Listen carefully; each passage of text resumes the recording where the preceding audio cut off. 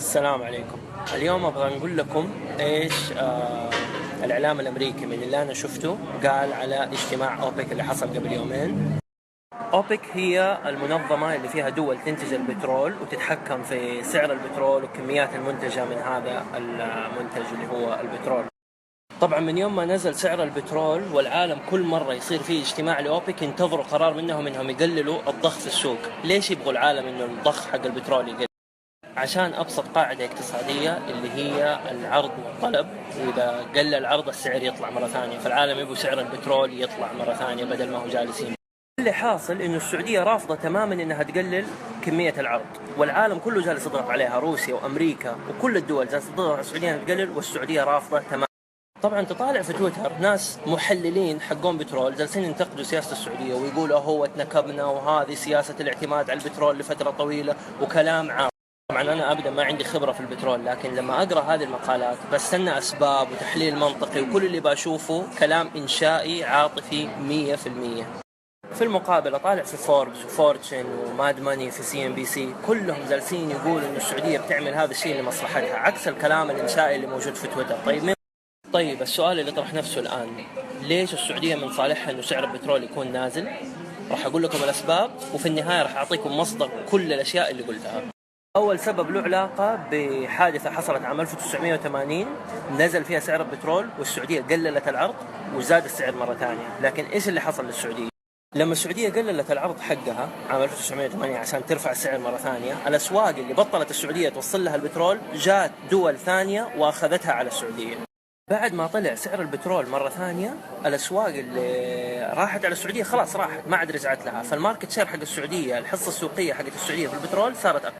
السبب الثاني له علاقة بعد طفرة البترول الفترة اللي راحت، وربنا كيف أكرمنا وصار عندنا حائط احتياطي نقدي. السعودية رقم 3 في العالم، مرة احتياطي نقدي كبير. وبالتالي السعودية عندها وسيلة أنها زي ما تقولوا تتكي، وعلى قولهم إيش، تبيع على أسعار ما هي مربحة. عندها حائط، عندها شيء في الخزنة تتكي عليه. عكس السعودية شركات البترول الأمريكية، شركات البترول الأمريكية قائمة على القروض وما عندها احتياطي نقدي زي السعودية، فبالتالي بتخسر بشكل كبير وبتسرح موظفين بشكل. اوباما قبل سنة ونص أو سنتين جالس يردد في أكثر من مرة إنه قرب الوقت اللي نستغني عن النفط السعودي ونعتمد تماما على النفط الأمريكي. الآن بطل أوباما يقول هذا، والشركات الأمريكية فعلا بدأت تشتكي، وشيل أولها، وبدأوا يسرحوا آلاف الموظفين، وبدأت يقولوا النكبة راح تتنكب في السنة الجاية. على كلام ماد ماني في سي ام بي سي، يقول انه الشركات الامريكيه قدرت تستحمل ضربه السعوديه هذه السنه 2015، لكن ما راح تقدر 2016 لانه البنوك ما راح تعطيها قروض. خلينا نشوف. ثالث سبب الطاقه البديله. اي طاقه بدل البترول كانت تستخدم مصادر الدخل اللي بتجيها في الابحاث والتطوير عشان تستغني عن البترول. لما نزل سعر البترول لهذا المبلغ المنخفض جدا، خسروا كثير من عملائهم، خسروا الكومبيتيتيف ادفانتج حقهم، وكثير عملاء رجعوا للبترول مره ثانيه.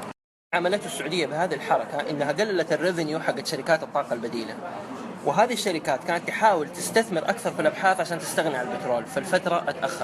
بمعنى آخر، الاستثمار في الأبحاث اللي تساعد على الاستغناء عن البترول صار أقل، وبالتالي الفترة الزمنية اللي تحتاج عشان تستغني عن البترول صارت أطول. آخر سبب، وسبب مهم جدا ومنطقي، اللي هو السياسة والحرب مع إيران وروسيا. السعودية جالسة تضغط على هذه الدولتين. كيف؟ بعد ما اترفعت العقوبات الاقتصادية على إيران 2016 راح تكون أول سنة إيران ترجع فيها مرة ثانية لسوق البترول وتضخ من البترول حقها، وهذا شيء ما هو كويس للسعودية. نظريا لما السعودية تقلل الضخ حق البترول حقها في السوق، الأسواق اللي حتصير unsatisfied market، طبيعي جدا إنه إيران تحاول تأخذها في 2016. شيء ثاني، وهذا آخر شيء، روسيا اشتكته في اجتماع أوبك إنه السعودية تقول جالسة تأخذ أسواقها في أوروبا لأنها بتبيع بأسعار غير مربحة لا للسعودية ولا. آخر معلومة برضو من ماد ماني اللي صورتها لو تفتكروا قبل كم يوم، الراجل اللي بيتكلم عن السعودية إيش يقول؟ قال شيء مرة مهم جدا عن البترول في السعودية. السعودية لقت وسائل جديدة أرخص عشان تستخرج النفط، وبالتالي في احتمال إنها تستحمل نزول أكثر لسعر النفط. Chance, not a chance. Never going to happen. The Saudi plan is working. It's working more slowly than they thought it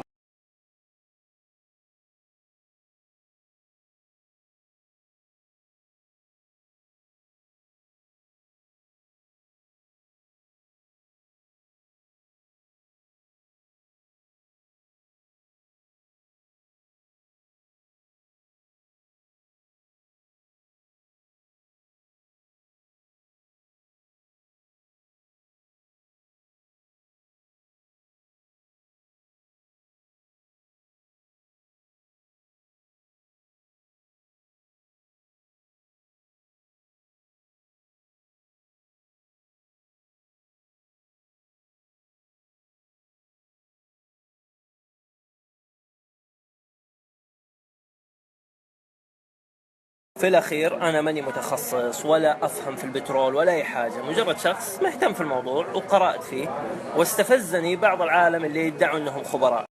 أنا ما أقول أنه صح أننا نعتمد على البترول ولا صح أنه أكثر من 90% من دخلنا على البترول، لكن أنا أشوف أنه بعض العالم اللي جالسين يتفلسفوا ما عندهم سالفة. لذلك عزيز الخبير الفاهم ما شاء الله، من حقي كشخص ما أفهم في هذا الشيء إنك تعطيني أسباب وتحليل منطقي، مو كلام إنشائي وعاطفي. وسلامتكم.